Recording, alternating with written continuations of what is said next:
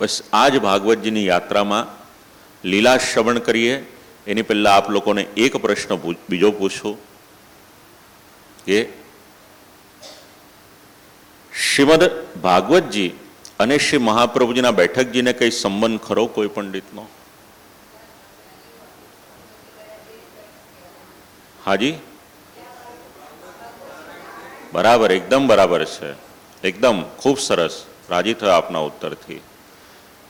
શ્રી મહાપ્રભુજીનું આ જીવન વ્રત હતું, આ જીવન શ્રીમદ ભાગવતનું મૂળ પારાયણ કર્યું, એટલે જેટલા બેઠકજીમાં આપણે જઈએ છીએ એનો સીધે સીધો સંબંધ શ્રીમદ ભાગવતની સાથે છે. ખૂબ આનંદ થયો આપે ઉત્તર આપ્યો.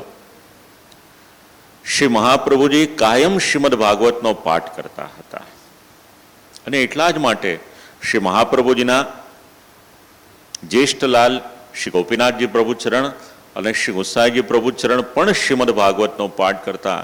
પછી એમના મનના સમાધાનને માટે પુરુષોત્તમ નામ સહસ્ર અને ત્રિવિધ લીલા નામાવલી આવ્યા છે. એ ચર્ચામાં આપણે હમણાં નથી જતા, પણ જ્યારે જ્યારે આપણે બેઠકજીમાં જઈએ છીએ ત્યારે શ્રી મહાપ્રભુજીની સન્મુખમાં શ્રીમદ ભાગવતજી પધરાવેલા હોય છે. બસ આ સંબંધ છે શ્રી મહાપ્રભુજીનો અને શ્રીમદ ભાગવતનો. એક પણ દિવસ એવો નહીં ગયો હોય જ્યારે શ્રી મહાપ્રભુજીએ શ્રીમદ ભાગવતનો પાઠ નહીં કર્યો હોય યા તો શ્રીમદ ભાગવત ઉપર કંઈ ચિંતન નહીં કર્યું હોય. અને બેઠકજી પણ નગરની બહાર એકાંત રમણીય સ્થાનમાં હોય, જલાશય હોય, છોકરનું વૃક્ષ હોય, નદીનો કિનારો હોય, સરોવર હોય, કુંડ હોય, વન હોય, આવા કોઈક સ્થાનમાં શ્રી મહાપ્રભુજી બિરાજમાન રહેતા હતા. કારણ શ્રી મહાપ્રભુજી એક એવી આજ્ઞા કરે સુબોધિનીજીમાં કે નગરમાં વસે એટલે મનુષ્યની બુદ્ધિ ઠેકાણે નથી રહેતી. જો આપણા સૌની વાત કરી છે, 500 વર્ષ પહેલાં, કલ્પનાની વાત નથી. અને આપણો સૌનો અનુભવ છે.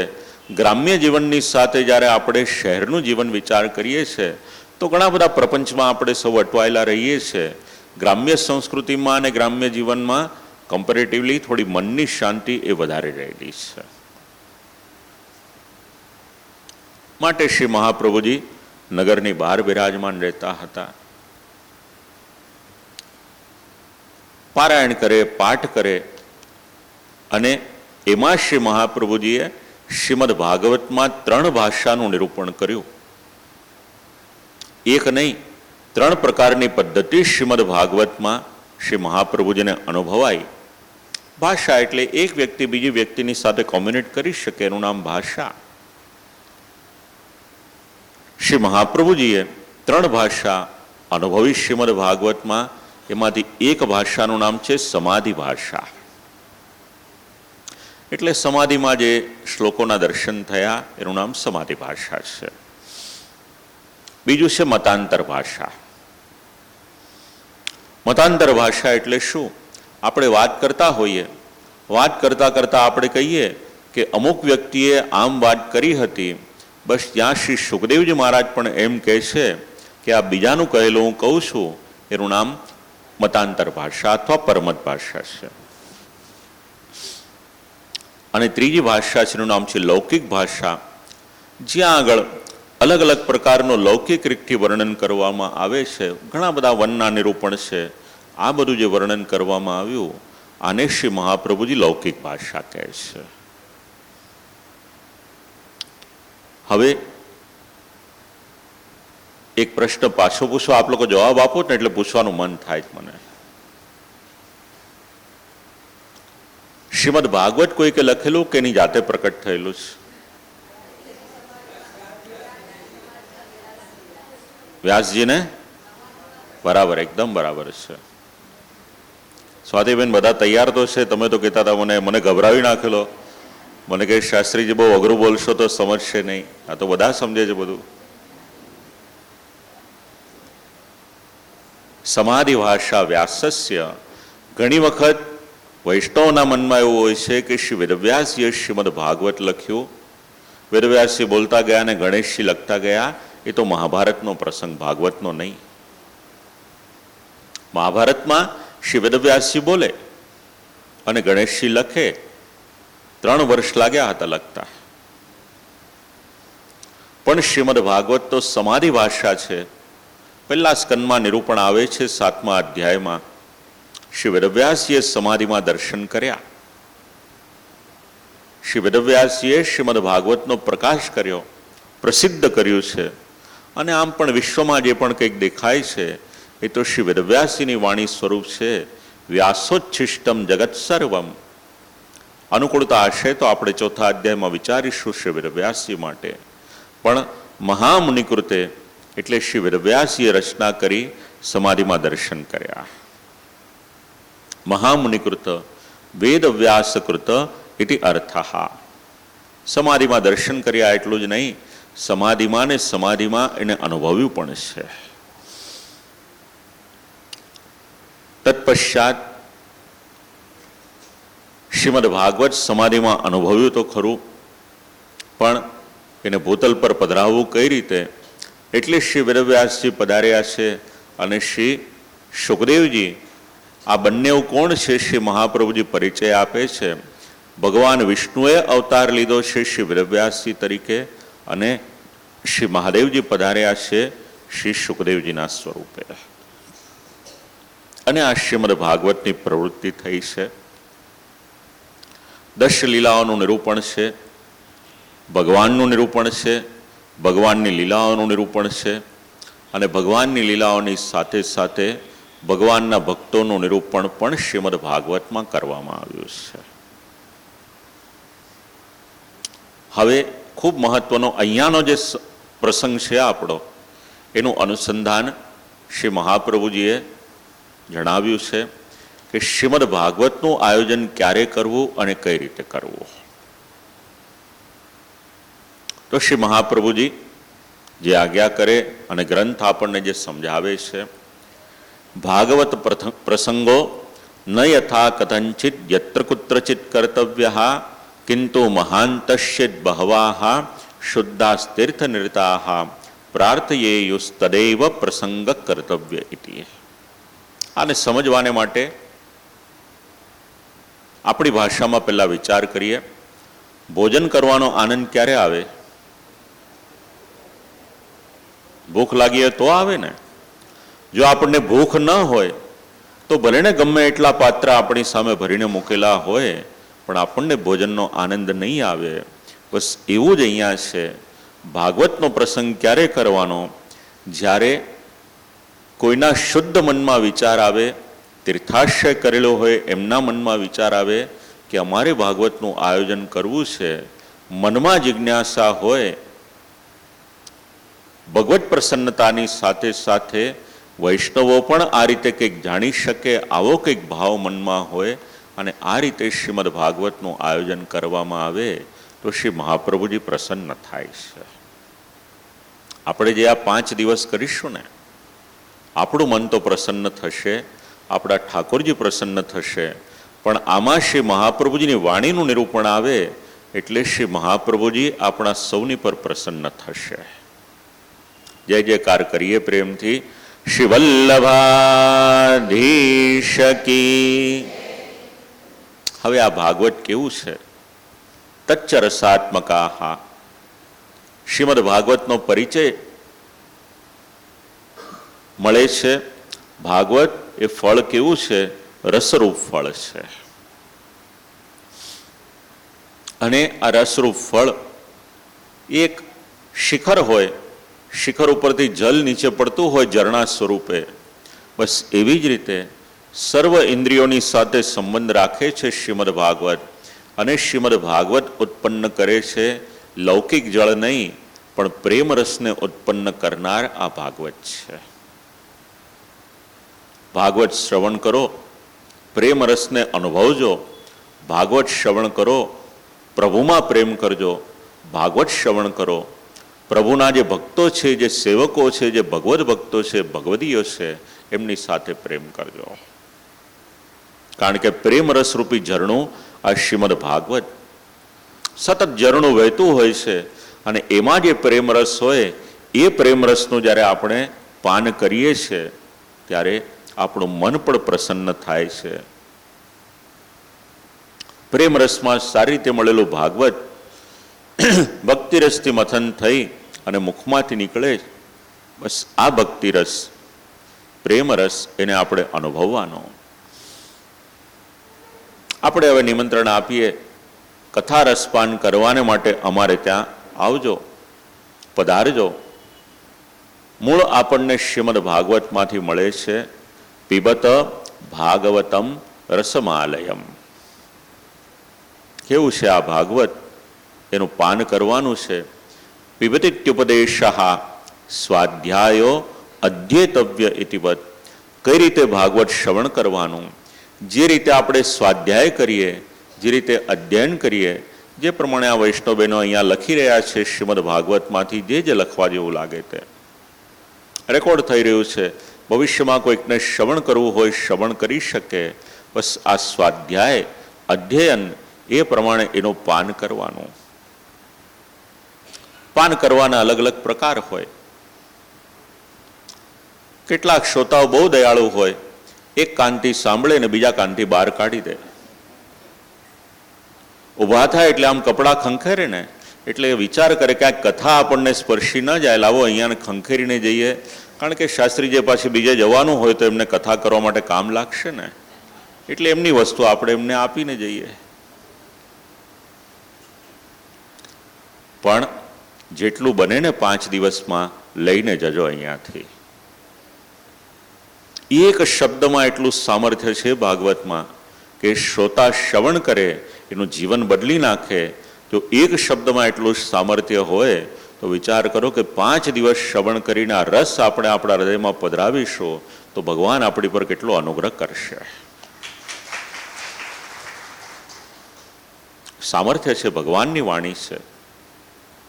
અને એમાં પણ જ્યારે શ્રી મહાપ્રભુજીના મતાનુસાર આપણે શ્રવણ કરીએ, પદે પદે આપણે આનંદ અનુભવી શકીએ.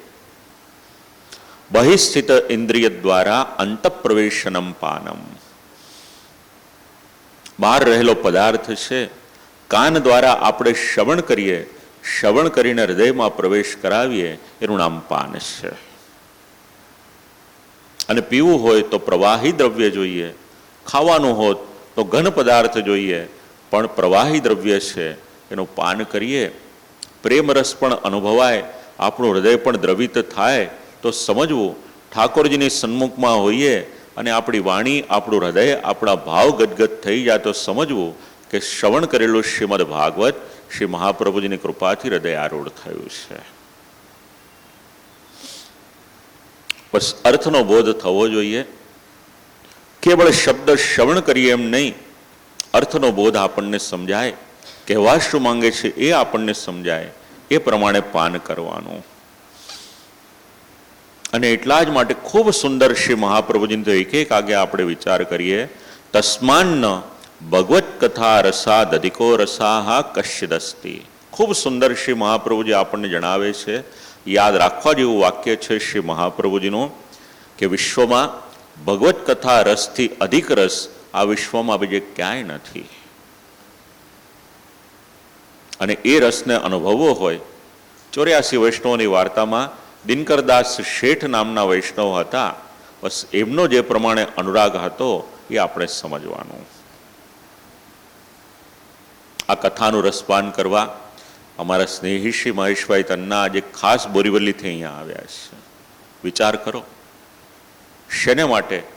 કારણ કે આ ભગવત કથાનો રસ છે, એ રસમાં જેનો અનુરાગ થાય એને પછી બીજા કોઈ પણ રસ એ ગમતા નથી. આ વક્તાનું સામર્થ્ય નથી, આ સામર્થ્ય શ્રીમદ ભાગવતનું છે.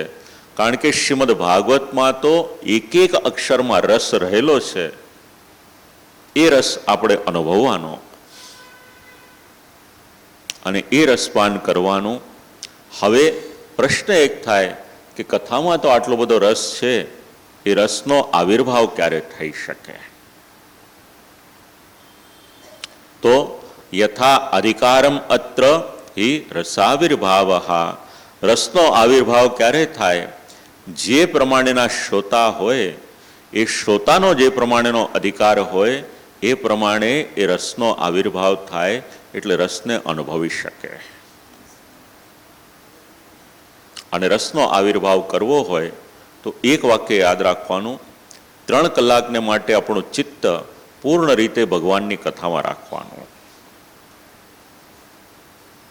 કારણ આપણું ચિત્ત એવું છે કે 10 જગ્યાએ એ વિચરણ કરવા જતું રહેશે. 4 વાગે એટલે આપણે આવીને બેસીએ તો ખરા કથા મંડપમાં. આવીએ ત્યારે મન પણ સાથે હોય, ચિત્ત પણ સાથે હોય ને શરીર પણ સાથે હોય. પણ થોડીક વાર થાય એટલે આ ચિત્તનો સ્વભાવ એવો છે કે ક્યાંક વિચરણ કરવાને માટે જતું રહે. શરીર આપણું અહીંયા રહે પણ ચિત્ત પછી ક્યાંય લાગી જાય ખબર ન પડે.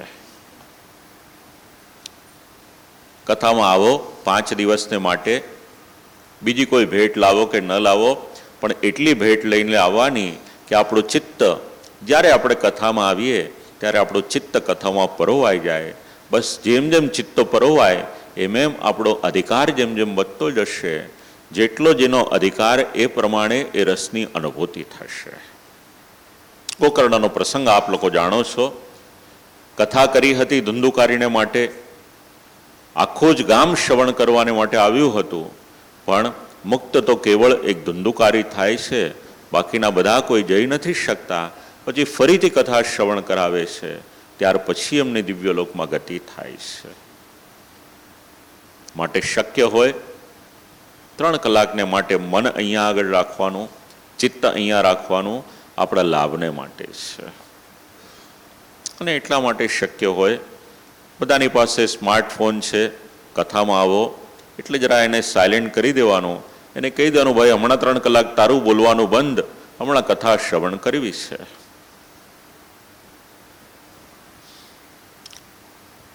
હવે આ કથારસનો આનંદ ક્યારે આવે? પરીક્ષિત રાજાને આનંદ શેને માટે આવ્યો? કારણ શ્રી સુખદેવજીના હૃદયમાં ભક્તિરસ હતો.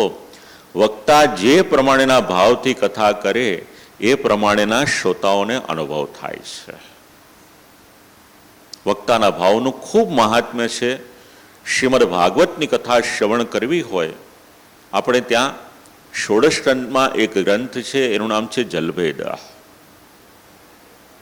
બસ આ જલભેદ ગ્રંથ છે એ સમજાવે છે જે પ્રમાણેના વક્તાના હૃદયના ભાવ હશે, શ્રીમદ ભાગવત તો એ જ છે. પણ વક્તાના હૃદયના ભાવ અને શ્રી સુખદેવજીના હૃદયમાં તો ભક્તિરસ હતો અને એવું જ શ્રીમદ ભાગવત હતું.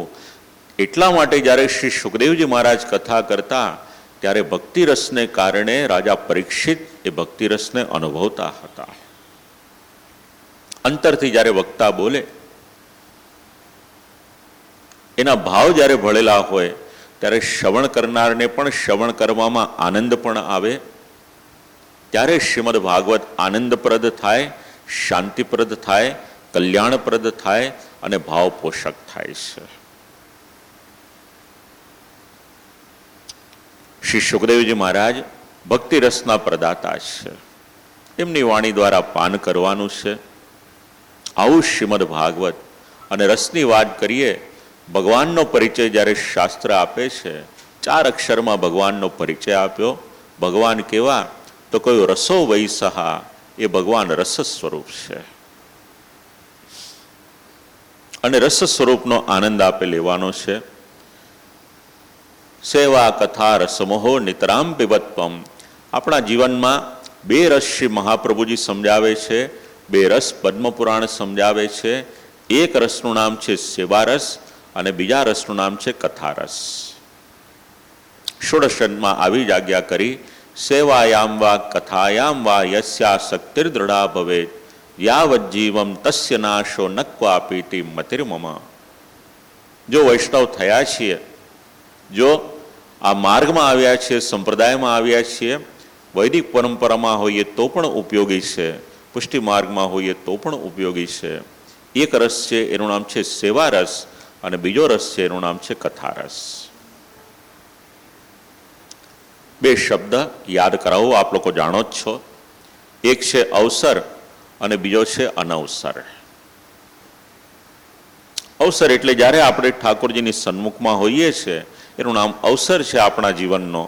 સવારનો ક્રમ હોય તો સવારના કલાક, 1.5 કલાક, 2 કલાક જેટલો સમય આપણે પ્રભુની સન્મુખમાં હોય એ આપણા માટે અવસર છે. અને જ્યારે ઠાકોરજીની સન્મુખમાં ન હોઈએ ત્યારે અનવસર છે. સેવામાં હોઈએ ત્યારે તો ઠાકોરજીનું સાક્ષાત સાનિધ્ય છે, પણ જ્યારે સેવામાં ન હોઈએ, અનવસરનો સમય હોય, એ સમયે શું કરવાનું?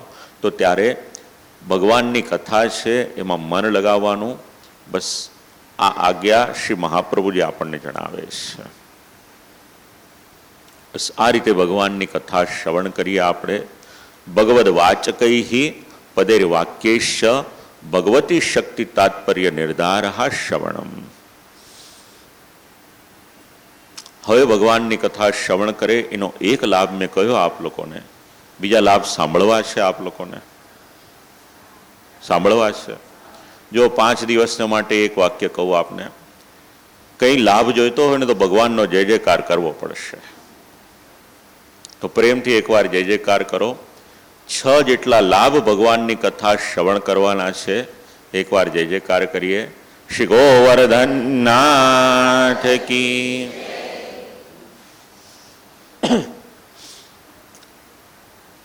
શાસ્ત્ર એવું સમજાવે છે, સૌથી પહેલો એક લાભ થાય છે, એનું નામ છે પાપની નિવૃત્તિ.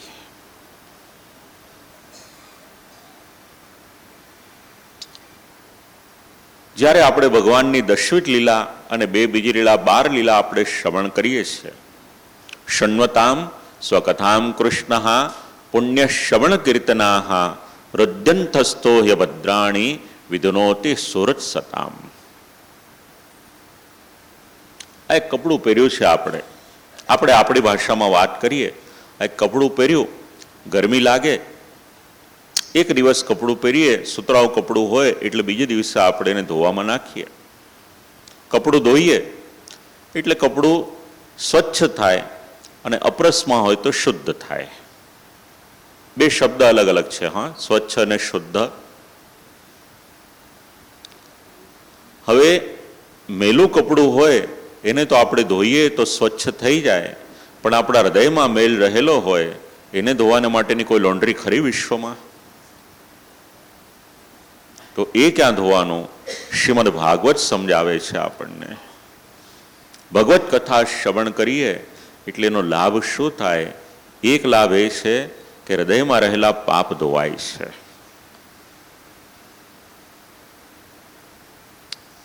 હવે આપણે પાપ કરીએ છીએ કે નથી કરતા? કરીએ છીએ ને. કેટલાક પાપ આપણે જાણતા કરીએ છીએ, કેટલાક અજાણતા કરીએ છીએ. દશવિધ લીલા આપણે શ્રવણ કરીશું, એનો લાભ શું છે? શ્રી મહાપ્રભુજી આપણને જણાવે છે, નિરંતરમ ઉત્પન્નાનામ પાપાનામ નિવૃત્તો નાન્યદપેક્ષ્યતે સાધનમ કિંતુ શ્રવણ કીર્તનાભ્યામેવ ભવતી. ક્યારેક આપણે ઈચ્છાથી પાપ કરીએ, ક્યારેક અનિચ્છાથી પાપ કરીએ, ક્યારેક જાણતા પાપ કરીએ, ક્યારેક અજાણતા પાપ કરીએ. એક મચ્છર આવીને બેસે છે, આપણે સહજતાથી એને મારી નાખીએ છીએ, આ જાણતા કરેલું પાપ છે. અને ચાલતા હોઈએ, પગની નીચે કોઈ જંતુ આવે, આપણને ખ્યાલ ન હોય, આ અજાણતા કરેલું પાપ છે. એટલે શ્રી મહાપ્રભુજી એવી આજ્ઞા કરી, નિરંતરમ આપણે સતત કોઈક ને કોઈક પ્રકારના પાપ કરતા હોઈએ. હૃદયમાં પાપ હોય, મનમાં પાપ હોય, તો ભગવાન આપણા હૃદયમાં આવીને બિરાજમાન થાય ખરા કોઈ દિવસ? જો આ સ્વયંવર હોલ છે, આજે શ્રીમદ ભાગવતજી પધરાવાના હતા અહીંયા આગળ. આ સુંદર મજાનો ગાલીચો આપણે બિછાવ્યો, એની પર આ ચોકી બિછાવી, એની પર એક વસ્ત્ર, એની પર બીજું વસ્ત્ર, એની પર આપણે શ્રીમદ ભાગવતજીને પધરાવ્યા. શુદ્ધ વસ્ત્રો હોય, શુદ્ધ આસન હોય, ત્યાં પ્રભુ બિરાજમાન થાય. તો આપણા હૃદયમાં જે આપણે પાપરૂપી મેલ ભરેલો છે એને ધોવાનો ક્યાં? તો જ્યારે ભગવાનની કથા શ્રવણ કરીએ છીએ એના દ્વારા આપણા પાપ નિવૃત્ત થાય છે. આ પહેલો લાભ છે. પણ 2 શબ્દ લખ્યા છે આમાં. શ્રવણ કરીને અટકી ન જશો. પરિવારના સદસ્ય હોય, પૂછે આપણને કથામાં શું શ્રવણ કર્યું, વધારે નહીં, 2 મિનિટ, 4 મિનિટ, 5 મિનિટને માટે પણ કંઈક જે યાદ હોય એની ચર્ચા અવશ્ય કરજો. એનું નામ છે કીર્તન ભક્તિ.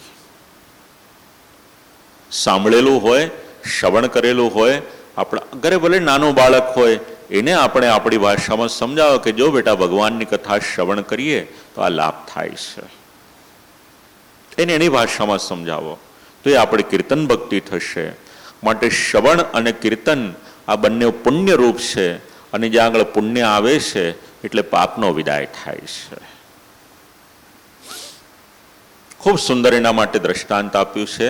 જેવી રીતે સૂર્યોદય થાય ને અંધકાર નિવૃત્ત થાય, એવી જ રીતે જ્યારે પુણ્ય જીવનમાં આવે છે એટલે પાપને નિવૃત્તિ કરે છે. તો ભગવાનની કથા શ્રવણ કરવાનો સૌથી પહેલો એક લાભ છે આપણા પાપની નિવૃત્તિ. હવે બીજો લાભ કહો. ભગવાનની કથા આપણા ચિત્તને શુદ્ધ કરે છે. પાપની નિવૃત્તિ, ચિત્ત શુદ્ધ થાય. હવે દરરોજ ગદ્ય મંત્રમાં આપ લોકો એક શબ્દ બોલો છો, એ શબ્દ યાદ કરાવું છું આપ લોકોને. આપણે જ્યારે પ્રભુને બધું જ સમર્પિત કરીએ છીએ ત્યારે આપણે આપણું અંતઃકરણ સમર્પિત કરીએ છીએ. દેહ, ઇન્દ્રિય, પ્રાણ, એની પછી અંતઃકરણ. શબ્દ બોલીએ છીએ અંતઃકરણ, પણ અંતઃકરણમાં 4નો સમાવેશ કરવામાં આવ્યો છે: મન, બુદ્ધિ, ચિત્ત અને અહંકાર.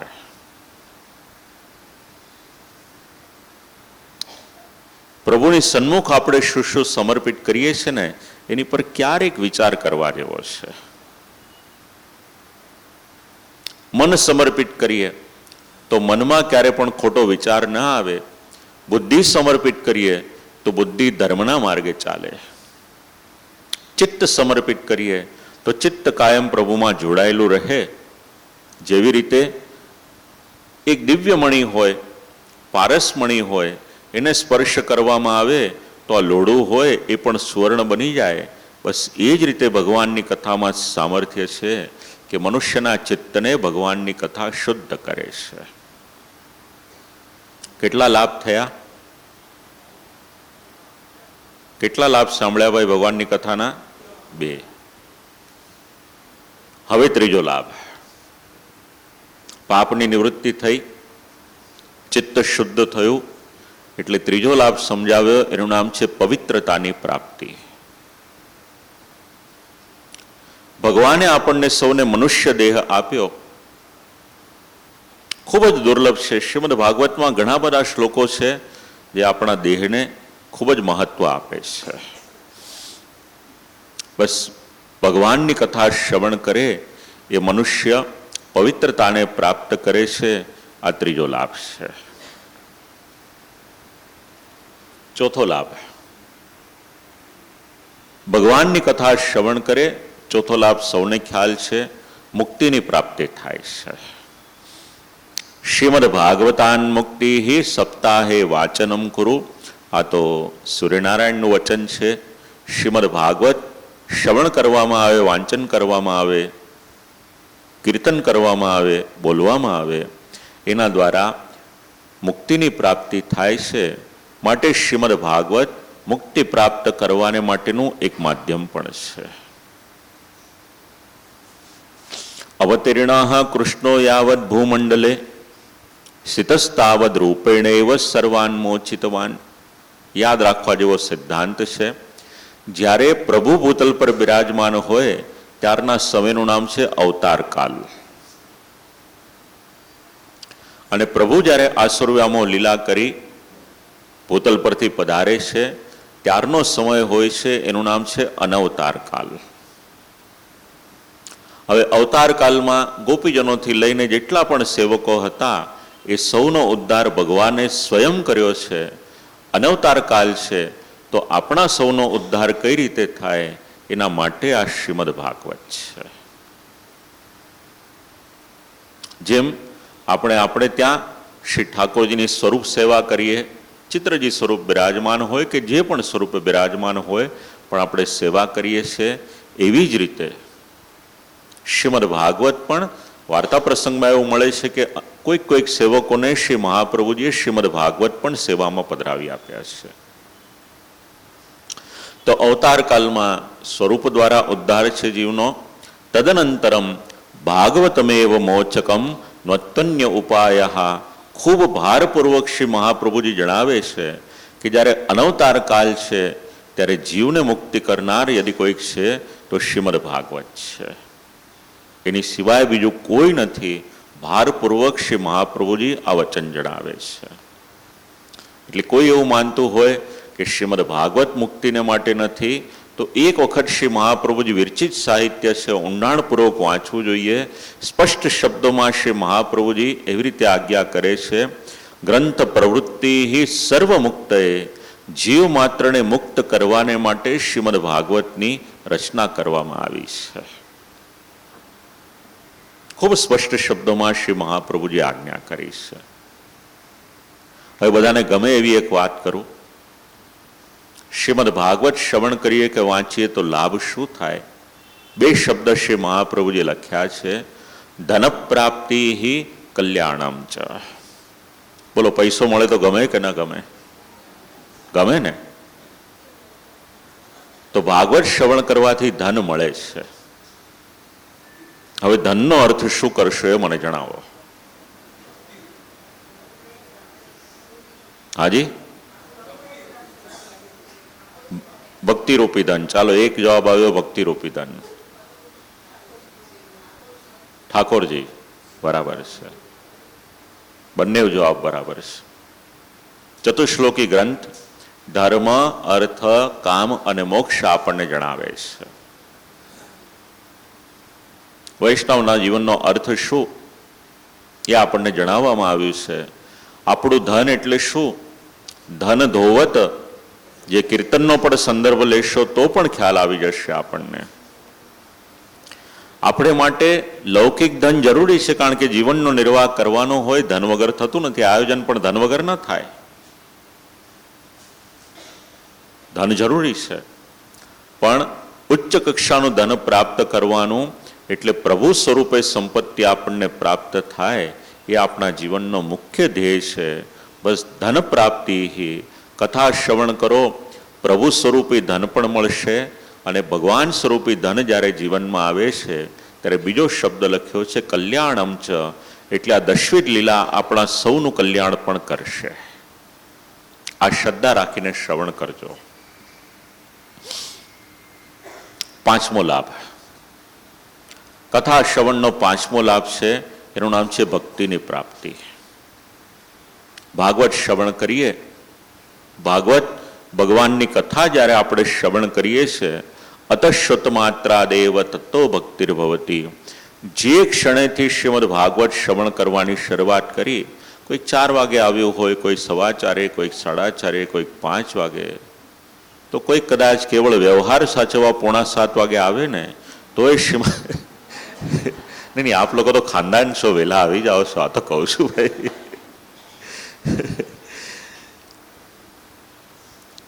શ્રવણ કરો ને, શ્રીમદ ભાગવત ભક્તિ આપશે. હા, શુત માત્રા દેવ, જે ક્ષણે તે શ્રવણ કરશો ને ત્યારથી ભક્તિની પ્રાપ્તિ થશે. તતો ભક્તિર્ભવતી. અને આ ભક્તિ કેવી છે? શાસ્ત્ર સમજાવે છે, જેના જીવનમાં ભક્તિ આવે છે ને, એના જીવનમાંથી શોક, મોહ અને ભય, આ ત્રણનો નાશ થાય છે. ભક્તિ ફલીભૂત ક્યારે થાય? જીવનમાં શોક ન કરીએ, મોહ ન કરીએ અને ભય ન થાય, તો સમજવાનું કે શ્રી મહાપ્રભુજીની કૃપાથી આપણને ભક્તિ ફલીભૂત થઈ છે. અને એક છઠ્ઠો લાભ છે, સૌએ પોતાના જીવનમાં ઉતારવા જેવો છે. એકવાર જય જયકાર કરો. 5 દિવસ આપણે જે શ્રવણ કરીશું ને, ઉત્તમમાં ઉત્તમ પ્રકારનો લાભ શ્રીમદ ભાગવત આપણને પ્રદાન કરે છે. જાણીએ આપણે, જય જયકાર કરીએ. શ્રી ગોવર્ધનનાથ કી. 5 દિવસ ભગવાનની દશવિધ લીલા શ્રવણ કરો, એનું ફલ શું મળે? શ્રી મહાપ્રભુજી એવી આજ્ઞા કરે છે, ભાગવત શ્રવણ કરે, ભગવાનની લીલા શ્રવણ કરે, એ પોતાના સેવ્ય શ્રી ઠાકોરજીને વધારે પ્રેમ કરી શકે છે. 5 દિવસ શ્રવણ કરો. આ જીવન પ્રેમ તો કરો જ છો પોતાના ઠાકોરજીને, એ પ્રેમમાં અભિવૃદ્ધિ કરનાર કોઈક છે તો ભગવાનની લીલા છે, પ્રેમમાં અભિવૃદ્ધિ કરાવનાર કોઈક છે તો આ શ્રીમદ ભાગવત છે. આટલું જીવનમાં ઉતારવાનું છે આપણે. અને આમ વિચાર કરીએ આપણે, સમસ્ત વિશ્વમાં યદિ કોઈક આવશ્યક છે તો પ્રેમ છે. પરિવારમાં જરૂરી છે પ્રેમ છે.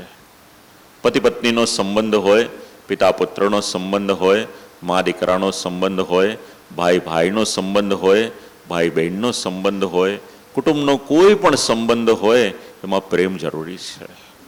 આપ લોકો સૌ અહીંયા પધાર્યા છો ને, એના મૂળમાં પણ પ્રેમ જ છે. હા, આ પ્રેમરૂપી બંધન એવું છે કે નિમંત્રણ આપવામાં આવે એટલે આપણને થાય કે ચાલો આપણે જઈએ. ઔપચારિકતા તો બહુ ગૌણ છે, પ્રેમ મુખ્ય છે. લૌકિક જીવનમાં પણ પ્રેમ જરૂરી છે અને અલૌકિક જીવનમાં પ્રેમ કોની સાથે કરવાનો?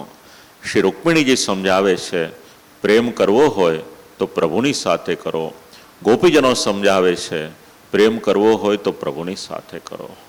દ્વારકા લીલા લો કે પછી વ્રજની લીલા લો, અને ભગવાન શ્રી કૃષ્ણનું ચરિત્ર જ્યારે આપણે વાંચીએ, વિચારીએ, શ્રવણ કરીએ, વેણુગીત વાંચો, શ્રવણ કરો એને, ભગવાનના વેણુમાં સામર્થ્ય કેવું છે.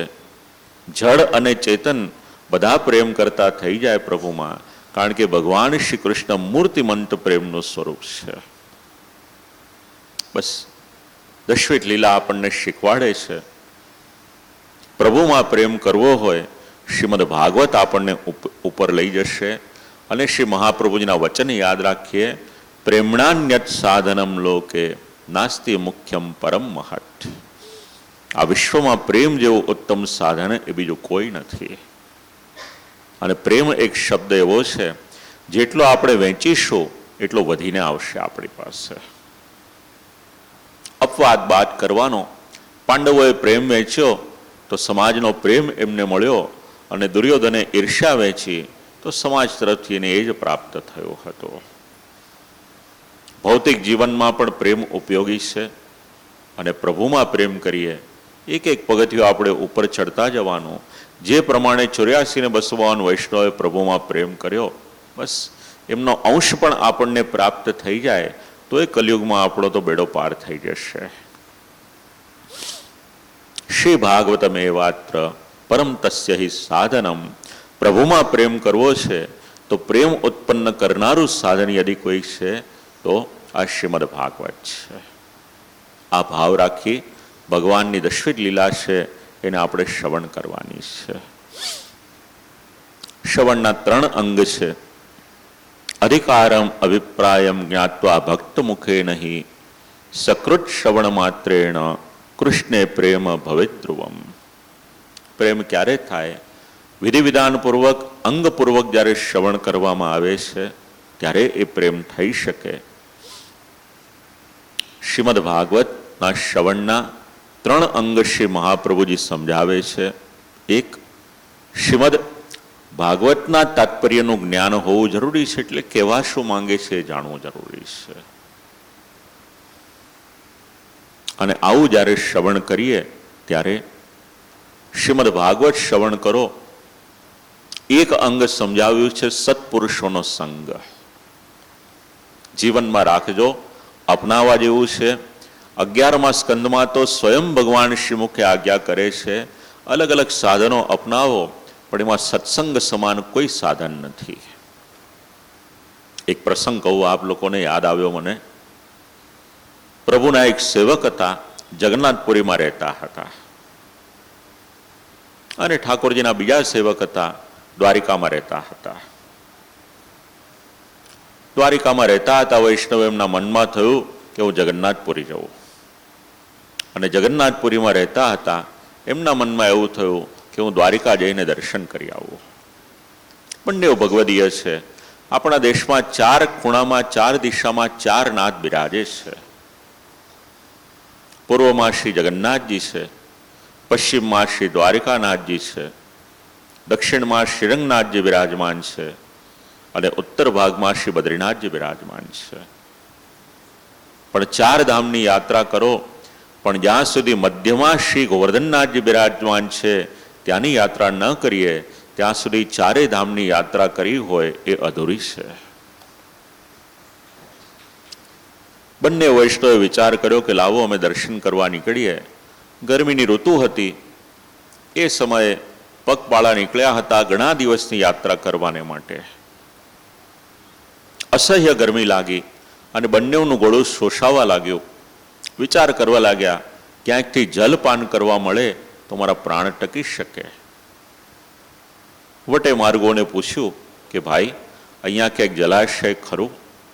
હવે યોગાનુયોગ બંને સામ સમયથી આવતા હતા અને એકાદ માઇલ કે એકાદ કિલોમીટર દૂર હતા અને વચ્ચે સુંદર મજાનું એક જલાશય હતું.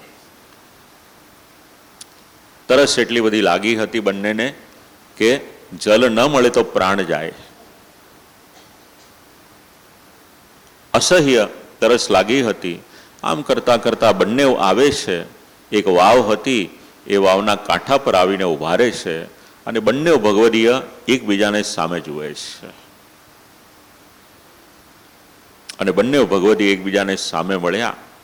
તરસ તો એટલી બધી લાગી હતી કે પ્રાણ જતા રહે, પણ એકબીજાને મળ્યા એટલે સૌથી પહેલા તો ભગવત સ્મરણ કર્યા. એક વૈષ્ણવ જ્યારે બીજા વૈષ્ણવને મળે ત્યારે કેમ છો એ તો પછી પૂછે, પહેલા તો ભગવત સ્મરણ કરશે. જય શ્રી કૃષ્ણ કરો જ ને. શેને માટે કરવાના ભાઈ જય શ્રી કૃષ્ણ?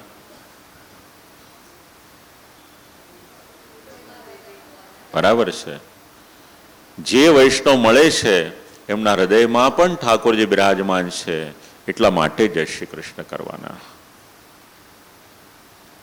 પછી ફોન ઉપર જય શ્રી કૃષ્ણ લખો છો કે પછી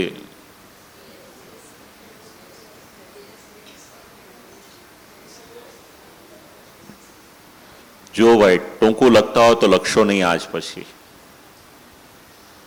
ભગવાનનું ટૂંકું ન કરશો. ન કરે નારાયણને ભગવાન જો આપણું ટૂંકું કરી નાખશે ને તો આ વિશ્વમાં રહી નહીં શકીએ આપણે. ભગવત સ્મરણ કર્યા છે ત્યાં આગળ. અને બંને વૈષ્ણવો એક તરફ તરસ લાગી છે, પણ બે વૈષ્ણવો મળ્યા અને ભગવત સ્મરણ કર્યા અને ત્યાં આગળ થોડીક વારને માટે સત્સંગ કર્યો. હવે તરસ બાજુ પર રહી ગઈ. સત્સંગમાં એટલો આનંદ આવ્યો કે તરસ હતી કુદરતી રીતે ત્યાંને ત્યાં શાંત થઈ. જલ પીવાનું વિસ્મરણ થઈ ગયું અને જતા જતા ત્યાંની દિવાલ ઉપર એક વાક્ય લખ્યું એમણે, 2 ઘડી જીવ્યા. બસ આ સત્સંગનો પ્રતાપ છે. આપણા જીવનમાં પણ જરૂરી છે.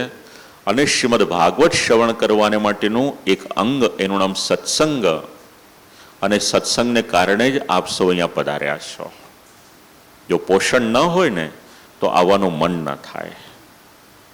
કારણ કે ઘણા બધા પર્યાયો છે આપણી પાસે, પણ સત્સંગ છે પોષણ આપનારનું છે.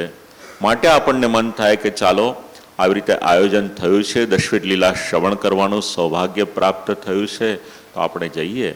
માટે શ્રવણ કરવાનું એક અંગ છે, એનું નામ છે સત્સંગ. સત્પુરુષોનો સંગ કરજો. બીજી વાત, 5 દિવસ માટે શ્રવણ કરવું હોય તો એના માટેનું બીજું એક અંગ છે, એનું નામ છે સર્વનો ત્યાગ. કંઈક મેળવવાને માટે કંઈક છોડવું પડે છે. ઘણી બધી પ્રાયોરિટીઝ હશે. આપ લોકોમાંથી પોતપોતાનું કાર્ય છોડીને પણ આવ્યા જ હશો અહીંયા આગળ. મહેશભાઈની મેં વાત કરી, પોતે બિઝનેસમેન છે, છતાં પણ પોતાનો વેપાર ધંધો છોડીને આજે અહીંયા આવ્યા. બસ આનું નામ છે ત્યાગ. કંઈક ત્યાગ કરો. ત્યાગ કરીએ તો કંઈક મેળવી શકીએ. માટે શ્રવણ કરવું હોય તો શ્રી મહાપ્રભુજી જણાવે છે, જો પ્રભુના ચરિત્ર શ્રવણ કરવા હોય તો બાકીના બધાનો ત્યાગ કરવાનો. સર્વનો ત્યાગ. અને ત્રીજી વાત છે શુદ્ધિ જાળવવાની.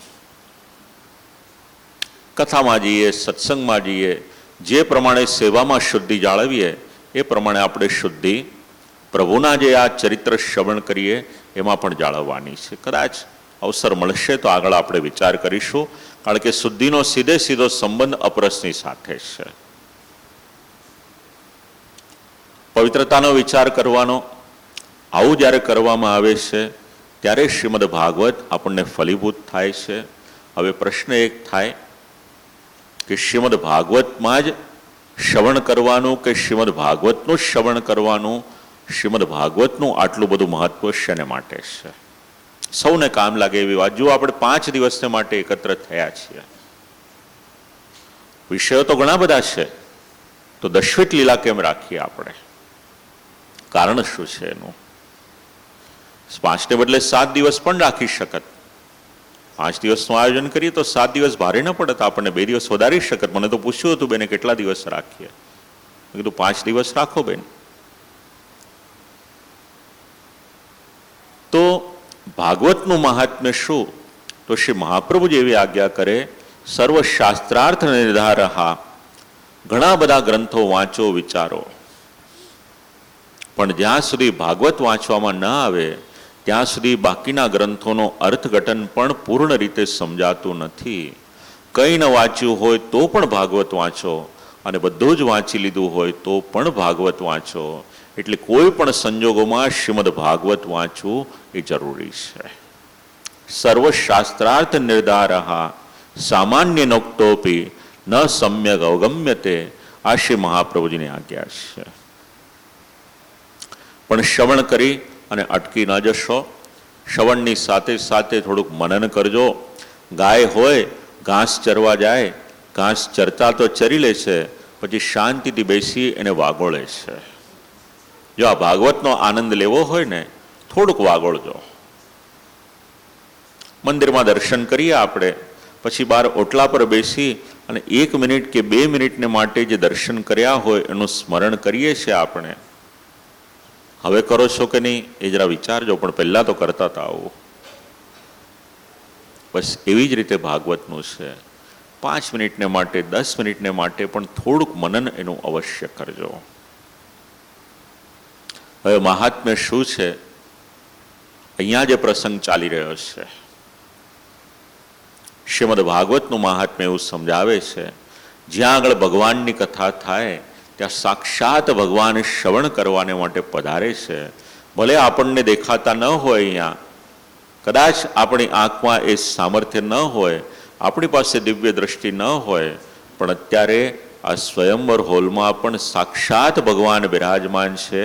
આ ભાવ આપણે 5 દિવસ માટે રાખવાનો છે. શાસ્ત્રના વચન છે, કાલ્પનિક વાત નથી, આપણે જોઈ નથી શકતા. એટલા જ માટે શ્રી ગોવર્ધનનાથજીને પધરાવીએ છીએ અહીંયા આગળ, આપણને સ્મરણ થાય. પેલો પ્રસંગ છે ને, આપણે ત્યાં ભૈયા ગોકુલ કબ ચલોગે, બસ એ જ યાદ રાખવાનું. સાક્ષાત પ્રભુ પધાર્યા છે, આપણી વચ્ચે શ્રી ઠાકોરજી છે. એટલે દરેક પ્રકારનો આચાર વિચાર આપણે જાળવવાનો, પ્રોટોકોલ આપણે જાળવવાનો. જે પ્રમાણે મંદિરમાં પ્રોટોકોલ જાળવીએ, બસ એ જ પ્રમાણે આપણા માટે આ 7 દિવસને માટે, 5 દિવસને માટે આપણો સ્વયંવર હોલ આપણા માટે મંદિર સમાન છે. ભલે પછીના દિવસોમાં આ લગ્ન થાય, વિવાહ થાય, જનોય થાય કે પાર્ટીઓ થાય, એ અલગ વાત છે, પણ આપણા માટે તો આ ભૂમિનું પણ કંઈક પુણ્ય હશે કે અહીંયા આગળ આ રીતનું આયોજન થઈ રહ્યું છે. કંઈક તો હશે ને પુણ્ય આ ભૂમિનું. કથા શ્રવણત પ્રીતો, અને ગોકુળને કથા કરી ત્યારે પ્રભુ ત્યાં આગળ સાક્ષાત પધાર્યા હતા. બસ જ્યાં આગળ શ્રીમદ ભાગવતજીની કથા થાય છે, જ્યાં આગળ શ્રીમદ ભાગવતજીની સપ્તાહ થાય છે, ત્યાં આગળ ભક્ત મંડળની સાથે આવીએ. ભગવાને ત્યાં આગળ પધારી અને આશીર્વાદ આપ્યા હતા. પુષ્ટિ માર્ગીય પદ્ધતિ પ્રમાણે શ્રીમદ ભાગવતનું શ્રવણ કરવાનું, ઘણું બધું વિચાર કરવાને માટે, કહેવાને માટે છે. પણ હવે આપણે પ્રથમ સ્કંદની ભગવાનની જે લીલા છે એનો આરંભ કરીએ. આ પૂર્વ પીઠિકા એટલા માટે જણાવીએ આપ લોકોને, કારણ મહાત્મ્ય જાણીએ તો આપણો અનુરાગ, આપણો પ્રેમ, આપણી ભક્તિ, આપણો ભાવ એ વધે. એટલા માટે આટલી એક પૂર્વ પીઠિકા જાણીએ. પ્રથમ સ્કંદની ભગવાનની લીલા એનું નામ છે અધિકાર લીલા. અધિકારનો અર્થ થાય છે યોગ્યતા, અધિકારનો અર્થ થાય છે પાત્રતા, અધિકારનો અર્થ થાય છે પદવી. કોઈ પણ કાર્ય આપણે કરવું હોય એ કાર્ય કરવાને માટે એક અધિકાર જોઈશે. જ્યાં સુધી અધિકાર નહીં મળે ત્યાં સુધી આપણે એ કાર્ય નહીં કરી શકીએ. બહુ સામાન્ય ભાષામાં આપણે સમજીએ. આ ભાઈ અહીંયા વિડીયો શૂટિંગ કરી રહ્યા છે, એના માટે પણ એક અધિકાર જોઈશે. એમણે એક ક્ષેત્રનું કંઈક જ્ઞાન મેળવ્યું હશે, પ્રેક્ટિકલી કહો, થિયરિકલ કહો, કંઈક પણ એમણે મેળવ્યું હશે. અહીંયા શેની આવશ્યકતા એમને ખબર હોય, કઈ રીતની લાઇટ સેટિંગ કરવી પડે એમને ખબર હોય. બસ આ એક બેઝિક નોલેજ એમણે લઈને પછી ધીરે ધીરે અનુભવ મળ્યો હોય, આ એક અધિકાર પ્રાપ્ત થાય ત્યારે કાર્ય કરી શકે. બસ જીવનમાં અધિકાર, એના દ્વારા સ્વરૂપને જાણી શકીએ આપણે. જો અધિકાર ન હોય તો ભાગવતના સ્વરૂપનું જ્ઞાન ન થાય, અધિકાર ન હોય તો અર્થનું જ્ઞાન ન થાય, અધિકાર ન હોય તો આપણે અભિપ્રાય ન સમજી શકીએ. એટલા માટે શ્રોતાનો અને વક્તાનો આ બે પ્રકારનો અધિકાર લીલામાં જણાવ્યો છે. 19 અધ્યાય છે.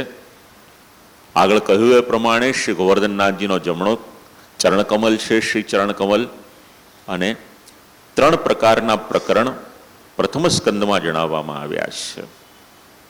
2 પ્રકારે એનું અર્થઘટન છે. એક સાધારણ પ્રકરણ છે પહેલા 9 અધ્યાયમાં, બીજું અસાધારણ પ્રકરણ 10 થી લઈને 18મા અધ્યાયમાં, અને ત્રીજું ગુણાતીત પ્રકરણ 19મા અધ્યાયમાં. પણ પ્રચલિત જે ક્રમ છે એમાં 3 પ્રકારના અધિકાર જણાવવામાં આવ્યા. એમાં હીન અધિકાર પહેલા, બીજા અને ત્રીજા અધ્યાયમાં, મધ્યમ અધિકાર 4, 5 અને 6 આ 3 અધ્યાયમાં, અને ઉત્તમ અધિકાર 7મા અધ્યાયથી આરંભ કરી અને 19મા અધ્યાયમાં. અને આ અધિકારને જણાવવાને માટે 6 પાત્રનો પરિચય શ્રીમદ ભાગવત આપે છે. 3 શ્રોતા છે અને 3 વક્તા છે.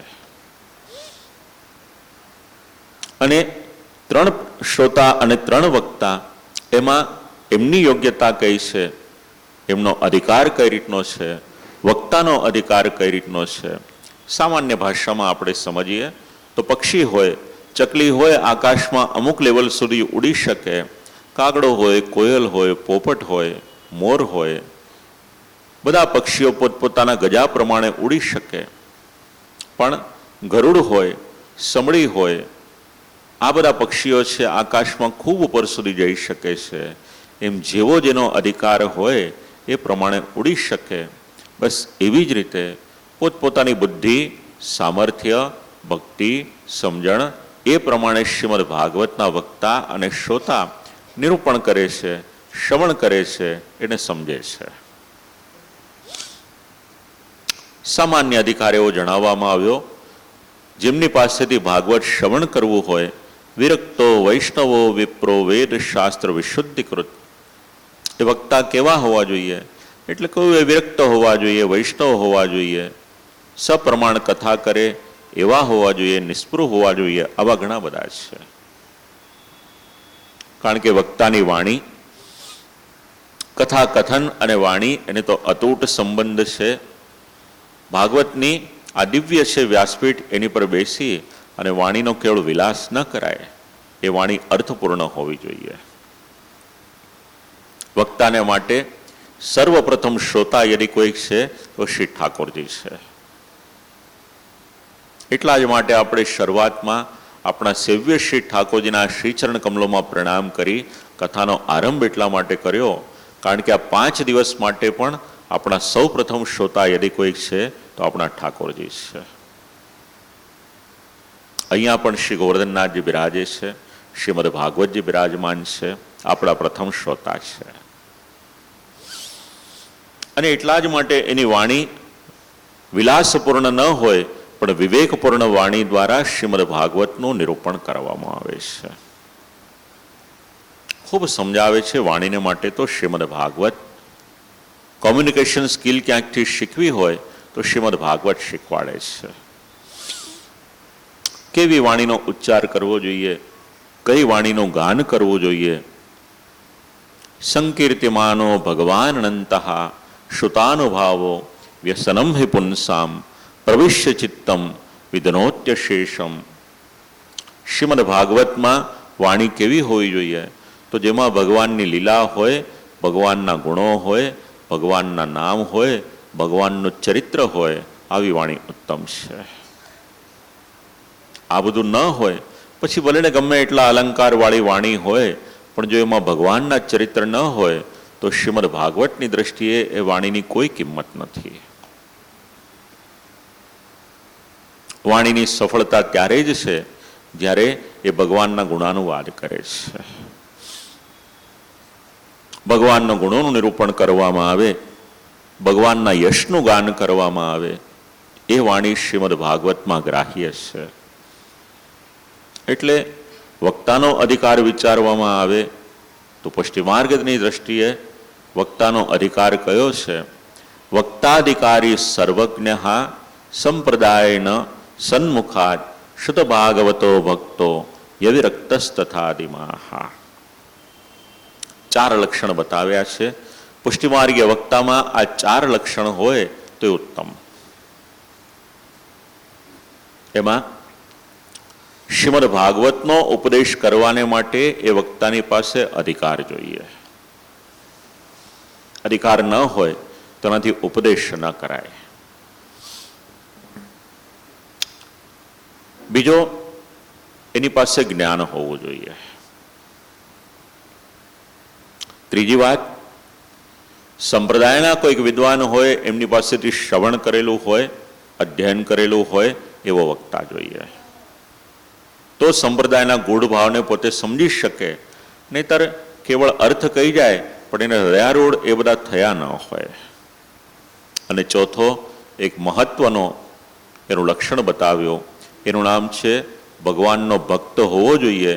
કેવળ વાણીનો વિલાસ હોય પણ પોતે ભગવાનનો ભક્ત ન હોય તો પુષ્ટિ માર્ગમાં એ બહુ ગ્રાહ્ય નથી.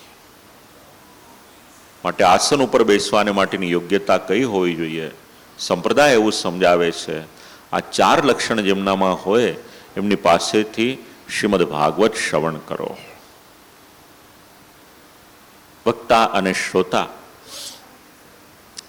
3 વર્ગીકૃત કરવામાં આવ્યું છે.